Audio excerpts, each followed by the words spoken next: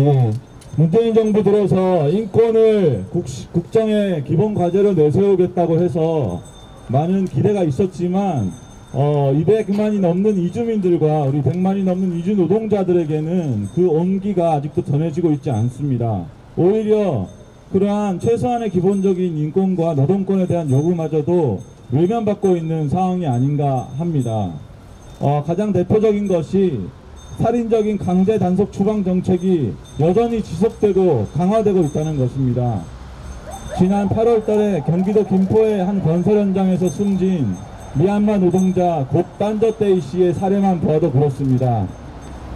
법무부 스스로가 만든 안전준칙도 지키지 않은 상황에서 건설 현장의 식당을 급습하여서 노동자를 달아나게 만들어 놓고 그 과정에서 분명히 출입국 단속 반원의 잘못된 행동으로 추락하여 뇌사 상태까지 이르고 보름 후에 사망하였음에도 불구하고 법무부나 출입국 정책본부는 아직도 아무런 책임을 지지 않고 완전한 진상규명을 하지 않고 있습니다. 뿐만 아닙니다.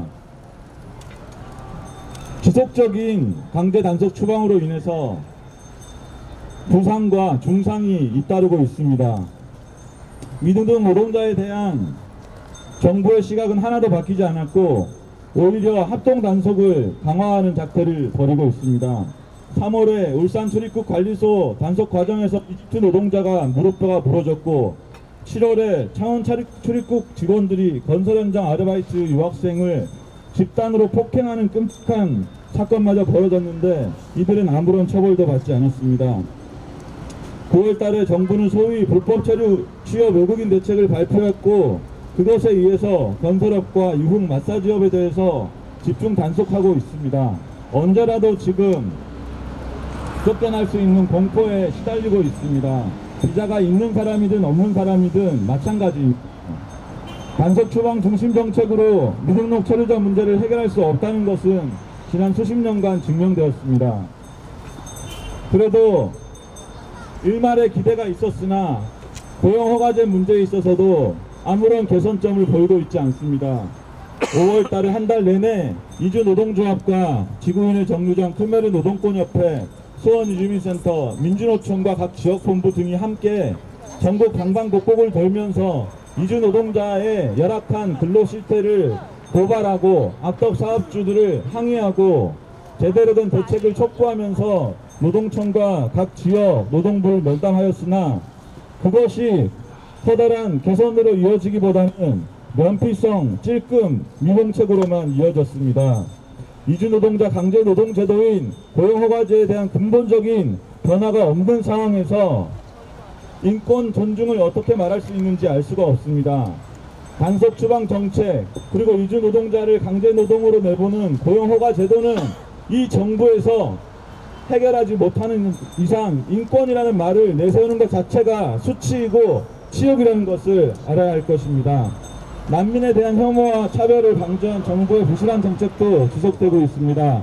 난민 인정률 2%의 부끄러운 수치가 계속 떨어지고 있고 8월 달에 이집트 난민 신청자가 시미트 바닥에서 단식 농성을 시작했을 때에도 아무런 반향이 없었습니다. 정부는 이들의 절규에 대해서 아무런 대답을 내놓지 않았고 오히려 난민을 혐오하고 차별하는 목소리에 기대어 이것을 방조하고 난민법을 더욱 까다롭게 만들려고 앞다투어 정치권들이 나서고 있는 처참한 상황입니다. 그나마 유엔 인종차별 철폐 한국 정부 심의회기에서 시민사회단체들이 대안 보고서를 제출하고 압력을 행사해서 인종차별 철폐 협약위원회에서 지금 공고가 나왔고 한국의 인종차별 현황이 국가적인 위기상황으로 심각하게 진행될 수 있다는 우려까지 나온 상황입니다. 정부와 사회는 이러한 국제적인 제기에 귀를 기울여야 할 것입니다.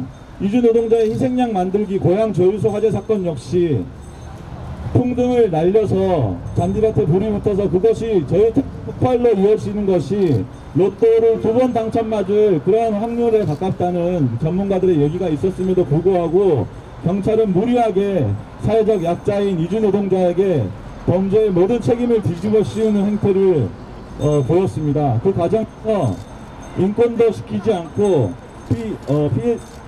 이주 노동자의 신상을 밝히는 등 기본적인 원칙도 지키지 않았습니다. 결국은 대한석유관공사 지사장 등 5명이 불구속 입건됐고, 이주 노동자에 대해서는 중실화 혐의를 적용할 수 없을 것이라는 것이 중론임에도 불구하고 바로 엊그제 또 경찰은 중실화 기소 의견으로 검찰에 송치를 했다고 합니다. 이주 노동자들이 가장 분노하는 것 중에 하나는 벼룩의 간을 내빼먹는 최저임금 삭감 문제입니다.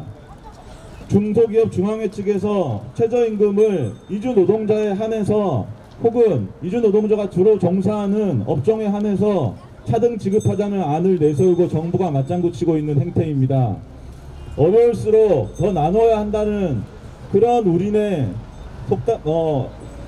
연대의식은 사라지고 오히려 더 어려운 사람들을 보혈을 짜내고 착취하자는 이런 발상에 우리는 끝까지 싸워서 막아낼 것입니다. 이상입니다.